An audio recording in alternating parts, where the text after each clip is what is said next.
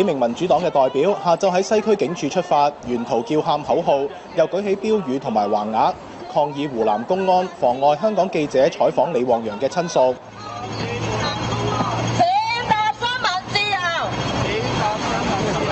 代表去到中聯辦外，將橫額掛喺鐵欄上，又用塑膠帶扣住雙手，以示體驗記者喺今次採訪嘅遭遇。代表話：記者喺被監視嘅情況之下，強迫採訪李旺陽嘅親友，更加令人相信李旺陽係被自殺。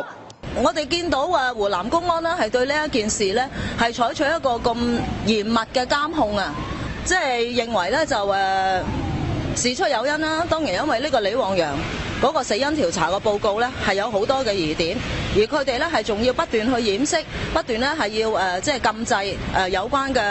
人士嚇，包括李旺陽個妹啊，同埋佢個妹夫啊，係去接受任何嘅採訪。咁所以呢，嗰個調查報告根本係絕對唔可信嘅嚇，而必須呢係要中央政府去介入。代表原本想將一封俾國家主席胡錦濤嘅信交俾中聯辦，但最終冇人接收。